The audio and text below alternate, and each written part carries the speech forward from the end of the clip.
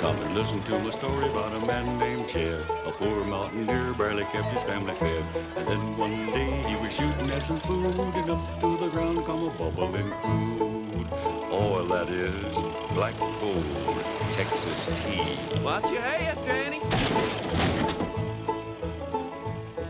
Well, the first thing you know, old Jed's a billionaire. The Ken folks said, Jed, move away from Want to there. know, Said, baby? California is Tar the place Heels you about ought to be, welcome so in then them we picked the truck hillbillies down from to Boone. Beverly Here they come on their Hills, wagons. Swimming pool. You don't want none! You don't want none! What's going on, Tar Heel Nation? It's your favorite North Carolinian, Russ, and it's time to put that beautiful South Carolina game to rest, and we're going to move on to the Bumpkins from Boone, Appalachian State. So we got our home opener, week 2, 5:15 kick, little kid brothers in town. Chapel Hill should be rocking after that W against South Carolina. Now we all remember that absolute circus that made up the 2022 game. I think the final score was 63-61. North Carolina gave up 40 points, 40 in the fourth quarter, but they were somehow able to salvage that game with the Drake May heroics, maybe even the game that kind of really set the tone for the Drake May rise and all the talk that was happening with him last year. This is going to be a different scene, though. The Appalachian St Mountaineers, they'll be bringing all their players and their equipment, probably on wagons, from the mountains, probably along some stinking back road. I don't know. But let's get into this. Now, the Appalachian St Mountaineers are coming off a 45-24 victory over the Group of 5 team, the Gardner-Webb running Bulldogs, in which backup quarterback Joey Aguilar threw for 4 touchdowns. Now, Aguilar is a California JUCO transfer that threw a 32-yard touchdown to Kenan Robinson on his first pass. Joey Aguilar also finished 11 for 13 for 174 yards. Now, Nate Noel, App State's best running back, finished with 117 yards on 24 rushes. That's a 4.9 yards per carry clip and 1 touchdown himself. Now, the interesting thing is that, yes, it's Gardner-Webb, but the App State Mountaineers were able to throw touchdown passes to Caden Robinson, Kristen Horton, Dalton Stroman, Deshaun Davis, Eli Wilson.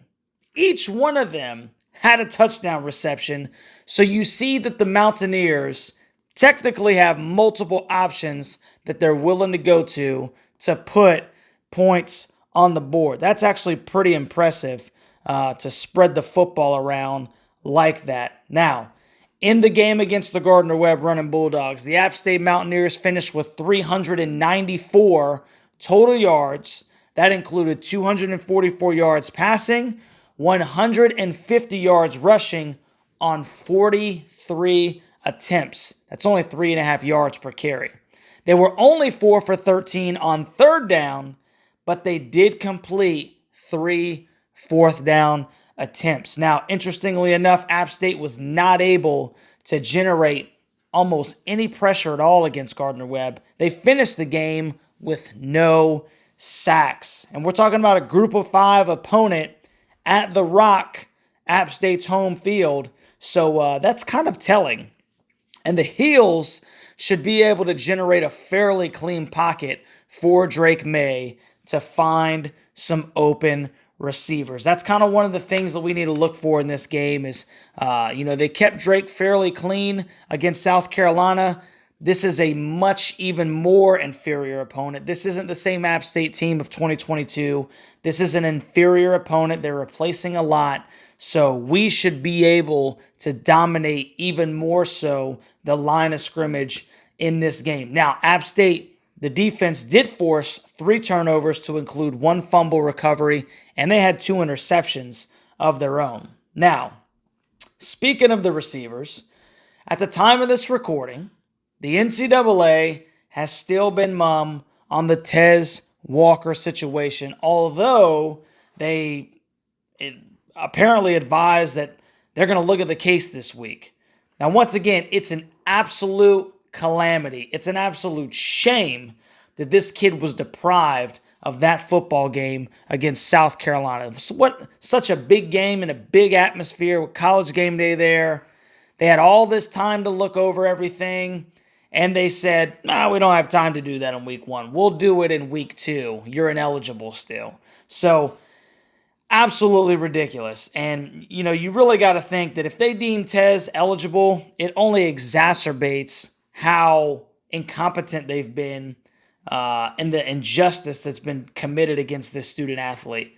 And then if they put their foot down and they say he's going to remain ineligible for the remainder of the season, I'm serious, man. UNC definitely needs to seek some legal action on this kid's behalf because it's pretty ridiculous. Now, it'll also be interesting to see if Nate McCullum is healthy enough to suit up this week. He was dealing with a lower body injury. They kept him out of the South Carolina game. Hopefully, he'll be ready to go because I guess one of the guys that maybe kind of filled in his spot, Gavo, he dropped a couple of important balls at key moments that, for all intents and purposes, you think that Nate McCullum is going to snag over the middle. So he just adds another dimension to this offense. Injury update, as far as any other additional players aside from Nate McCullum that's being reported right now. Unfortunately, we got news that DeAndre Boykin suffered a torn ACL, and he is going to be out for the remainder of the season. I hate it for the kid because you love the way that he plays, the attitude that he brings each game. Hopefully he recovers quickly. DeAndre Boykin's had the attitude that you saw last night, from the heels against South Carolina. The dude played hard. He brought the wood when he hit you, and he was one of the bright spots on that North Carolina defense last year despite being a little undersized. Now, let's get into my 3 keys for this football game. Key number 1, North Carolina needs to continue to do at least one thing well on defense, okay? Last year they did nothing well. The last game, what did they do? They stopped the run. Yes, they gave up over 350 yards passing, but they held South Carolina to negative 2 yards rushing, and that's obviously with the sacks involved. That is huge. And if North Carolina can have similar numbers, obviously you're not always going to hold people to negative yards rushing, but if they can control the line of scrimmage and they can continue to stop the run, that bodes well for this defense. And when you look at what Nate Noel did for App State against Gardner-Webb, he was one of their bright spots. So if they can keep Nate Noel from being a game changer and they can kind of put the brunt of getting this offense going, this App State offense going on Joey Aguilar, whoever they put under center for Sean Clark, it's going to make them one-dimensional just like the Gamecocks became one-dimensional. And it bodes well for the North Carolina defense to have back-to-back good outings. You want to take that football out of Nate Noel's hands. You don't want to let App State try to get physical with you. You want to control that line of scrimmage, stop the run, and make him throw that football around. I need you to beat me through the air. You're not going to beat me on the ground. Number 2, what I want to see North Carolina do against this inferior opponent, against these defensive linemen who are going to be a little bit undersized, I want to see them continue to pound the rock. UNC will be bigger. They will be stronger than the App State defensive front. Not to mention, Omarion Hampton and British Brooks are physical running backs that like to get downhill and run through tacklers. UNC needs to continue to dominate the line of scrimmage, especially against an inferior front. This is going to be one of those games where North Carolina, they have the bodies, they look way better on paper, but they don't always put that together on the field. Now, I'm hoping that South Carolina game insinuates that there's been a change in mentality. And this is only week 2, and considering what happened last year in 2022, you would think the Heels would be really up for this game. So hopefully they didn't just expel all that energy against South Carolina, and they understand the magnitude of taking care of business. It's been a while since we put it on somebody, where we just kind of did what we were supposed to do, first or second quarter. We go ahead and just expand this lead to an insurmountable lead that they're not going to be able to bounce back from. And then we can get some of these younger guys some snaps and keep some of these older guys, or first teamers, if you will, blue team guys, if you will, healthy and, keep their legs fresh, because we got a long season ahead of us. So I want to see them pound the rock. I want to see them continue to dominate the line of scrimmage, especially against that inferior front. And that obviously is going to make the App State defense have to start dropping another person into that box to try to stop the run. If Carolina's getting 5, 6, 7 yards a pop, you got to stink and start bringing that safety up. And what does that do? That opens up the top for Drake May and those receivers. Next thing you know, Kobe Paysour is flying down the right side again over the safety's head, and we got an easy 6. So pound the football. It's going to open things up over the top. And the third thing that I want to see from this North Carolina team that's good, it'll really show me that we've turned a corner as far as this culture is concerned, okay? This is a type of game where we need to end it in the first round. I kind of alluded to it in point number 2, key number 2, if you will, but North Carolina had an ample amount of opportunity to seal the deal early in that third quarter against the Gamecocks, and they failed to truly put them away until later in the fourth quarter. North Carolina needs to handle business early. They need to get up. They need to dispel any doubts that they belong on the same field as us. UNC took a huge step in the right direction as far as a huge marquee game against USC, where time and time again, as Tar Heel fans over the last couple of, I'd say 1 or 2 decades, if you will, these marquee games, we get up for them. They look like they're going to be competitive on paper. They get on the field, and it's an absolute letdown. Well, that was not the case in week 1.